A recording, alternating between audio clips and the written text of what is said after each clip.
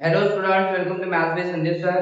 16 एप्रिलला झालेल्या शिफ्ट 2 मध्ये जर आपण काल झालेली जी शिफ्ट आहे त्यामध्ये क्वेश्चन खूप हार्ड आले होते बघा. त्या मुलांना ती ऑब्व्हियसली लेवल खूप हार्ड दिली असणार आहे.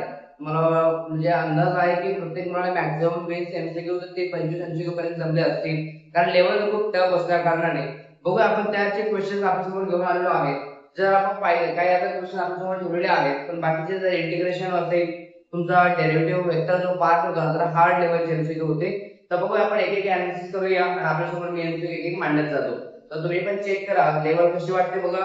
कारण तुम्हाला नवीन सेकंड अटेम्प्ट साठी ज्यांचे अजून पेपर राहिलेले आहेत त्यांनी क्वेश्चन अनालिसिस करणं गरजेचं आहे.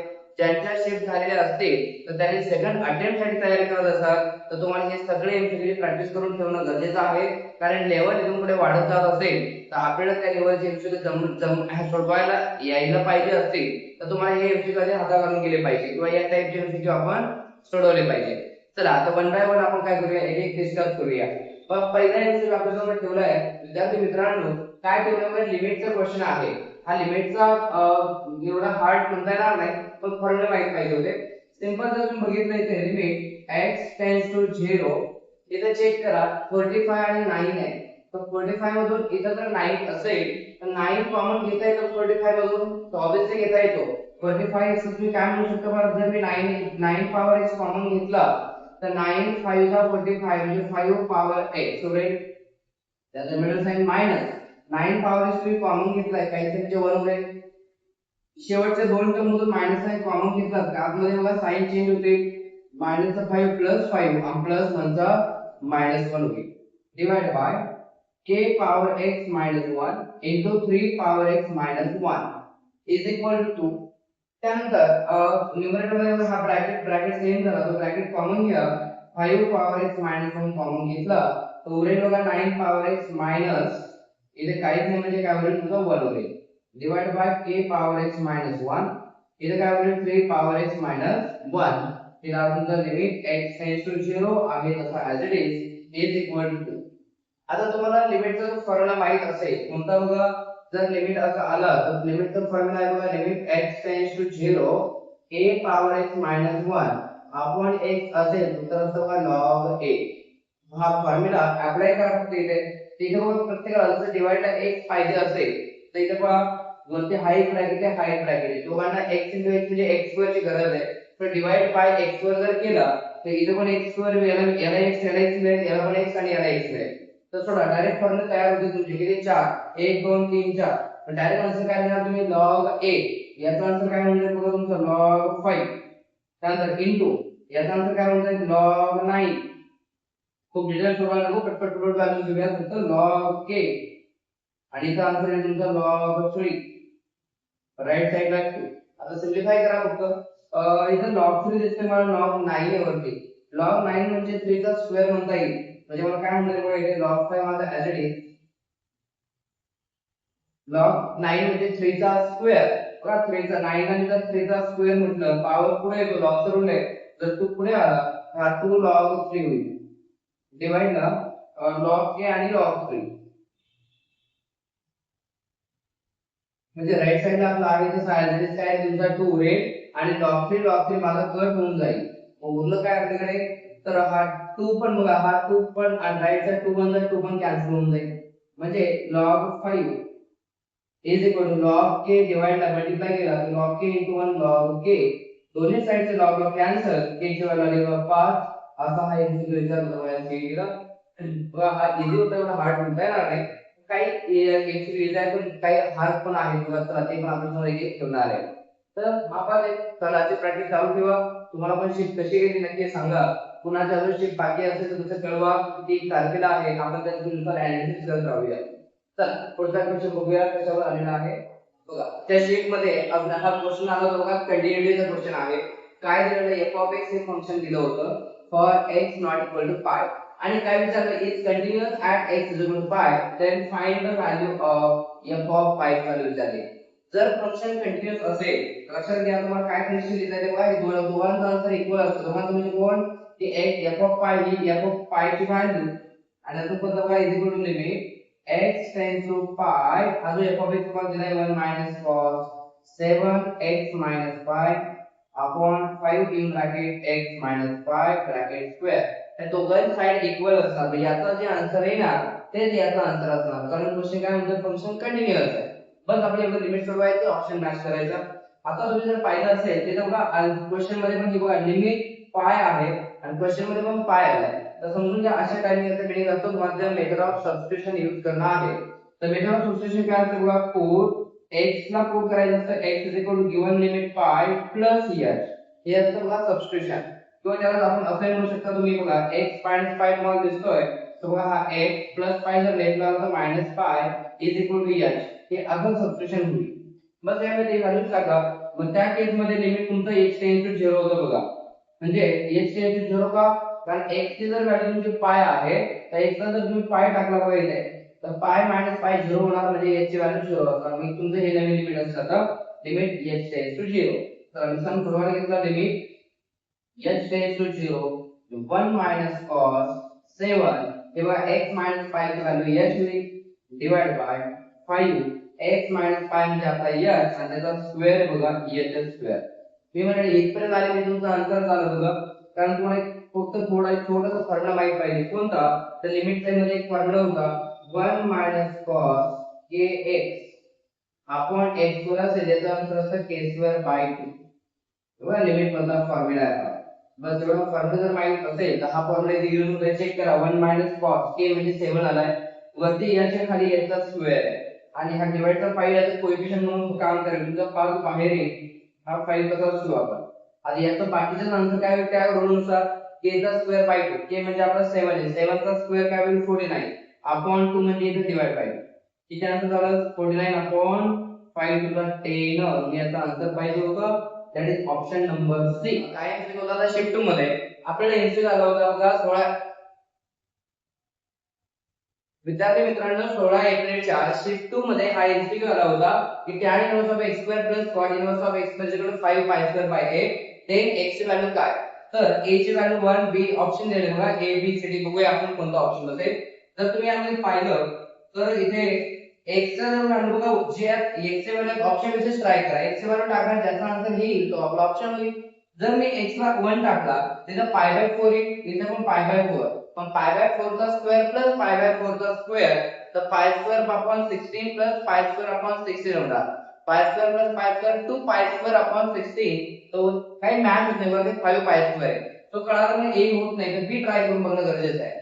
b ला जर मी -1 टाकलं तर बघा tan इनवर्स ऑफ -1 त्याचा square plus cot inverse of -1 त्याचा पण स्क्वेअर चेक करूया तर हेच येतंय का तर tan चे कोणत्या अँगल वर आपल्या सगळ्यांना माहिती आहे पाय बाय 4 पण हा निगेटिव्ह असेल तर प्रिन्सिपल व्हॅल्यू सगळ्यांना चार्ट माहित असावा निगेटिव्ह असेल त्याचा पण मायनस येतो आणि इथं स्क्वेअर होणार. पण cot मायनस थीटा cot जर मायनस असेल तर त्याचा सेकंड क्वाड्रंट मध्ये cot निगेटिव्ह असतो तर मग पाय मायनस थीटा म्हणजे तुमचा कोणत्या अँगल वर बनेल पाय बाय 4. याचं स्क्वेअरिंग केली पाय बाय 4 चा स्क्वेअर पाय स्क्वेअर अपॉन 16 याचा क्रॉस करा 4 1 4 मायनस पाय 3 पाय बाय 4 त्याचा स्क्वेअर करा 9 पाय स्क्वेअर अपॉन 16 आणि कॅल्क्युलेशन करा ऍडिशन झाली बघा 9 1 10 पाय स्क्वेअर अपॉन 16 2 चा भाग द्या 2 5 10 2 8 16 मग correct right hand side correct आहे म्हणजे आपला ऑप्शन बी करेक्ट आहे. असा एक आला होता. चला वन बाय वन आपण पटपट डिस्कस करत राहूया काय काय एमसीक्यू आले होते याशी काय तो काय MCQ trigonometry truth of question होता आपला जो 11 चा cos 60 minus a cos a cos 60 plus a अरे हा तर शॉर्टकट होता सगळ्यांना माहित असेल नसेल बघा cos 60 minus theta into cos theta into cos 60 plus theta म्हणजे जर तुम्हाला असा काही एमसीक्यू आला तर याचा शॉर्टकट होता बघा की 1/4 cos 3 theta याचा डायरेक्ट शॉर्टकट असतो हा 60 minus theta 60 plus theta असेल आणि मध्ये तुमचा न्यूट्रल 60 आणि आपला काय असतो फक्त थीटा. जर या केस मध्ये केस आली त्याचा आन्सर हे असतो मग अकॉर्डिंग टू दिस वन याचा आन्सर काय असणार सेम 1/4 cos 3 थीटा त्याला a रिप्लेस केला तर याचा आन्सर हे असेल. हा ऑप्शन होता फक्त शॉर्टकट माहित पाहिजे होता नसेल तर मग ते फॉर्म्युला नुसार जर सोडवायला गेला तर खूप लेंदी होणार शॉर्टकट माहितच पाहिजे सो बेस्ट वे पटकन आन्सर मिळणार. क्वेश्चन आहे या फक्त प्रॉब्लेम आपण रीड करूया कशावर आलेला क्वेश्चन आहे प्रोबॅबिलिटी वर आलेला क्वेश्चन आहे काय if E1 and E2 are equally mutually exclusive and exhaustive events and probability of A under the condition of A1, probability of A under the condition of A2. हे जर पाहिलं तुम्हाला समजलं पाहिजे होतं की हा बेस थेरम आहे. मग बेस थेरमचा फॉर्म्युला जर मी आपल्यासमोर मांडला मग probability of काय विचारलं तुम्हाला E1. मग काय करायचं बघा सिंपल खाली. मग पहिलं फक्त तुम्हाला probability of A1 आणि probability of A2 त्यांनी दिलेला नाहीये पण मी मांडतो बघा probability of E1, probability of A under the condition of E1 plus probability of E2, then probability of A under the condition of E2 and is equal to यातले दोघांपैकी एक probability वरती येते कोणती येणार तर तुम्हाला E1 विचारलाय तर E1 ची केस आहे तशी वर मांडायची असते probability of E1 into probability of A under the condition of E1. आता तुम्ही जर पाहिलं इथे फक्त probability of E1 आणि E2 काय असणार आहे तर त्यांनी सांगितलंय बघा E1 E2 ची कशी आहे इक्वल probability म्हणजे काय की जसं आपण एखादा पॉइंट फेकला तर हेड एंड टॉसचे चान्स हाफ हाफ असतात तसंच probability of E1 आणि E2 ची probability सुद्धा हाफ हाफच येणार. मग अर्धी अर्धी असेल तर इथे बघा इथं हाफ येणार इथं हाफ येणार इथं हाफ येणार. मग हा हाफ आणि हाफ तुम्ही कॉमन घेणार आणि वरचा हाफ कट होणार तो डायरेक्टली जागेवर कट करून टाकायची गरजच नाही तुम्हाला. उरला पार्ट फक्त उरलेले व्हॅल्यूज त्यामध्ये मांडा ऑप्शन मिळवा. A बाय A1 ची व्हॅल्यू बघा तुमच्याजवळ 0.2 आहे divide by A bye A1 ची व्हॅल्यू 0.2 आणि A अपॉन E2 ची व्हॅल्यू काय 0.3 बस कॅल्क्युलेशन करा ऑप्शन मिळवा इथे आलं वरती 0.2 खाली रे 3 प्लस 2 चे जाईल 0.5 पॉइंट कॅन्सल होईल 2/5 डिव्हिजन जर केले तर 0.4 हे आपला ऑप्शन पाहिजे होता. काय अवघड होतं यामध्ये चेक करा 0.4 म्हणजे माझा ऑप्शन बी हे माझा करेक्ट आन्सर आहे. बस लक्षात घ्या हे A1 A2 का कट केले कारण इक्वल प्रोबॅबिलिटी असेल इक्वल आहे असं क्वेश्चन म्हणतोय. मग हा हाफ असेल तर हा पण हाफ मग इथं हाफ टाकणार इथं हाफ टाकणार तो हाफ कॉमन घेणार आणि A1 ची व्हॅल्यू पण हाफच आहे मग हाफ कट होणार सो डायरेक्टली कट करा. आता आपण हा बेस थेरम बघा आपल्या समोर जो एमसीक्यू ठेवला आहे हा pair of straight line MCQ आहे विद्यार्थी मित्रांनो. चला विद्यार्थी मित्रांनो ऐका काय सांगितलंय की theta is the accurate angle of line हे आपल्याला pair of straight line equation दिलेलं आहे आणि ते ह्याची व्हॅल्यू काय म्हणजे आधी थीटा काढून घ्यावा लागेल. सो हे जर तुम्ही होमोजेनियस इक्वेशन सोबत आपण कंपेअर केलं कंपेअर विथ काय तर आपण homogeneous equation x² + 2hxy + by² = 0 मग यातून a ची व्हॅल्यू काय आली बघा तर a ची व्हॅल्यू येणार बघा हा 2 त्यानंतर 2h ची व्हॅल्यू काय 2h ची व्हॅल्यू असेल 7 b ची व्हॅल्यू आहे 3 म्हणजे h ची व्हॅल्यू जर तुमची 2 मल्टिप्लाय किंवा डिवाइड इट मीन्स 7/2 पण अँगल बिटवीन टू लाईनचा फॉर्म्युला माहित पाहिजे tan θ = 2 h² - ab a + b यामध्ये व्हॅल्यूज रिप्लेस करा जर या व्हॅल्यूज टाकल्या आपण 2 h² h किती बघा 7/2 चा square 49/4 - a into b 2 into 3 6 upon a plus b म्हणजे 2 plus 3 that is 5 जर आपण हा सॉल्व केला तर आन्सर येते बघा आपले tan θ =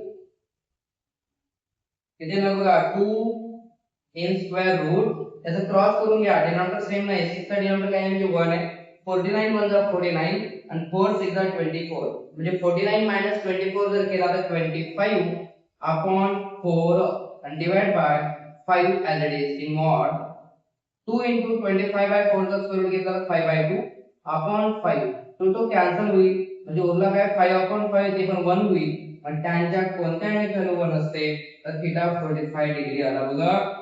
थीटा किती आला आपला 45 आलेला थीटा फक्त यामध्ये ठेवून द्या यामध्ये ठेवला थीटाला बघा थीटा जर यात ठेवला cos 45 sin 45 एवढं सेम असते मग काय ठेवत बसायचं आहे जर इथे 1/2 येणार इथे 1/2 येणार इथे 1/2 इथे 1/2 मग वरचे दोन्ही 1/2 कॉमन खालचे दोन्ही 1/2 कॉमन 1/2 कॅन्सल होणार म्हणजे उरणार काय तुमच्याकडे फक्त 2 - 3 म्हणजे -1 आणि 4 + 5 म्हणजे 9 याचा आन्सर येणार -1/9 एकदम इझी असा एमसीक्यू होता बघा ट्रिग्नोमेट्री एमसीक्यू आपण समोर ठेवलेला आहे बघा ट्रिग्नोमेट्रिक फंक्शनचा पुन्हा एक एमसीक्यू आपण समोर आलेला आहे. ट्रायंगल एबीसी दिलेला आहे त्या ट्रायंगल एबीसी मधल्या साइड दिलेल्या आहेत ए बी सी तीन साइडचे व्हॅल्यूज आहेत आणि अँगल सी ची व्हॅल्यू काय सिंपल होता कोसाइन रूल वापरायचा होता cos c कोसाइन रूलचा फॉर्म्युला काय असतो रे तर c सोडून मिसिंग टर्म कोणते असतात a आणि b that is a² + b² minus of त्या अँगल डिफिनेशनचा एमसीक्यू होता हा खूप हार्ड लेवलचा होता हा एमसीक्यू मला वाटत नाही तुम्हाला जमला असेल कारण इथं एवढं लॉजिक एकदम स्ट्रिक्टली चेकिंग होतं की काय लॉजिक अप्लाय करावं थोडं कळतही नव्हतं. तो सिंपल आहे फक्त मी सांगेन यात फक्त एक ऍडजस्टमेंट तुम्हाला तेवढी करायची होती ती कोणती तर x पॉवर 4 प्लस 1 या प्लस x² आणि मायनस x² ची ऍडजस्टमेंट करायची होती बघा तुमच्या समोर दाखवून देतो जेणेकरून काय आन्सर मिळते लगेच तर dx बघा इंटिग्रेशन ऑफ हा x पॉवर 4 हा मायनस x² आणि हा प्लस 1 घेतो डिवाइडला हा x पॉवर 6 प्लस 1 आणि नंतर हा प्लस x स्क्वेअर जो आहे त्याचा डिनॉमिनेटर सेपरेट करूया x square upon x power 6 plus 1 फक्त डिनॉमिनेटर आपण सेपरेट केला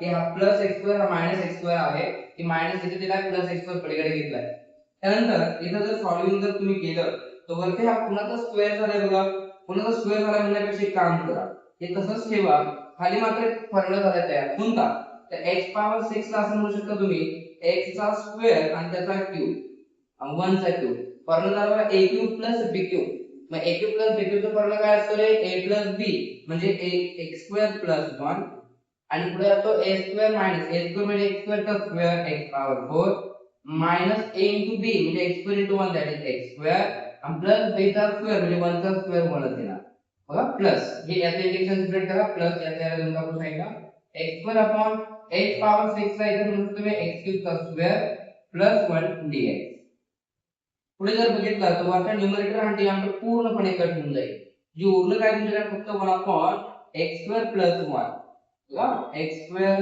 1 upon dx upon x square plus 1 आणि पलीकडे प्लस इथे सुद्धा बघा खालच्या डेरिव्हेटिव्ह तयार होतोय का तर x क्यूब ला जर तुम्ही t पुट केलं x क्यूब ला बघा इथे सबस्टिट्यूशन करून घ्यावं लागेल की put x cube is equal to t x cube ला जर t पुट केलं तर याचा डेरिव्हेटिव्ह काय येणार आहे 3x square dx is equal to dt तर वरती तुमच्याकडे 3x 3 नाही आहे मग 3 चे ऍडजस्टमेंट करू शकता 3 ने मल्टिप्लाय 3 ने डिवाइड बस हे व्हॅल्यू टाका काय सम झाला बघा 1/3 तुमचा कसा 3x स्क्वेअर dx म्हणजे माझा dt अपॉन x ला तुम्ही t पुट केला म्हणजे t चा स्क्वेअर प्लस 1 तर फायनल आन्सर आला माझा याचा आन्सर झाला बघा tan इनवर्स ऑफ t हे इथं झालं tan इनवर्स ऑफ x इथं 1/3 इथं बघा t स्क्वेअर प्लस 1 याचं इंटिग्रेशन काय आलं की 1/1 प्लस t स्क्वेअर म्हणजे tan inverse of t plus t final one tan inverse of x plus 1/3 tan inverse of t ची व्हॅल्यू काय केली होती आपण x क्यूब प्लस t